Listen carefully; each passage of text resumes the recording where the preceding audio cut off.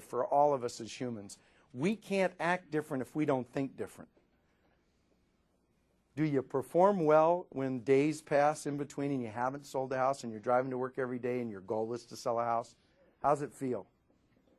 How's it feel when you go to the office, work there all day, and you're driving home and you haven't sold a house, but driving there in the morning, your goal was to sell a house? How do you feel driving home? Aggravating. It's aggravating. Okay? And you do that for 3 or 4 days, or we get in a soft market and you do that for a week or two. And what's it feel like? Aggravating, frustrating. We fail more days, even in a good market. We tend to fail more days than we succeed because of the framework of what we set out to do. We set out to actually try to sell a house when we don't have as much control over that as we do everything else that we do. That's why we go back to your attitude, what you're thinking. The buyer feels what you feel and believes what you believe. And the majority of your communication is nonverbal. If you can't reframe what you feel and what you believe, they won't feel and believe those things. And I mentioned for veterans, the more time you do this, the more often you greet people and wait on people and work with people, and the more contracts you write and the more home buyers you deal with, the more cynical you tend to get because you spend your time thinking about which ones? The bad ones, the difficult ones. And so we're going to connect the dots on that. But before we move anywhere, for all of what we're about to do the next 2 weeks, the real issue is you have to at some point be able to step back and go, okay, wait a minute. There might be a better way for me to think that I would act a little, just a little different, that would engage more people, that would sell more homes. Most of us don't need a lot more skills.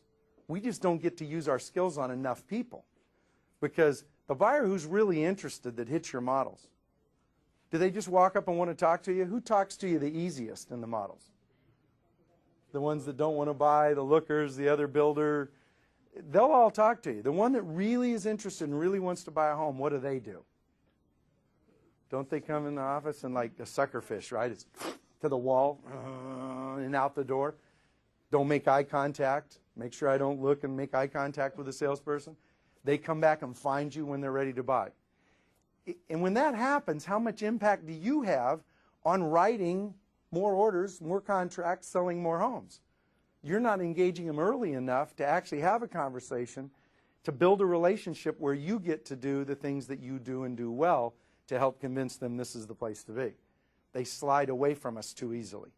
So as we walk through this, the goal has to be, I have to drive to work with a different thought process.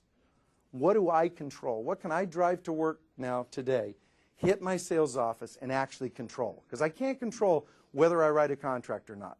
I can impact it, and the more I impact it, the more contracts I'll write. But I don't control today that I'm going to write a contract. So I don't want to drive to work with a goal that I'm going to fail most days. I want to drive to work with a goal that I can actually accomplish today, that if I do it, and I do it consistently, at the end of a month, at the end of a quarter, at the end of 6 months, at the end of a year, at the end of 5 years, I'm actually creating more customers. I'm writing more contracts. And now I have people referring people to me because I actually am building a business.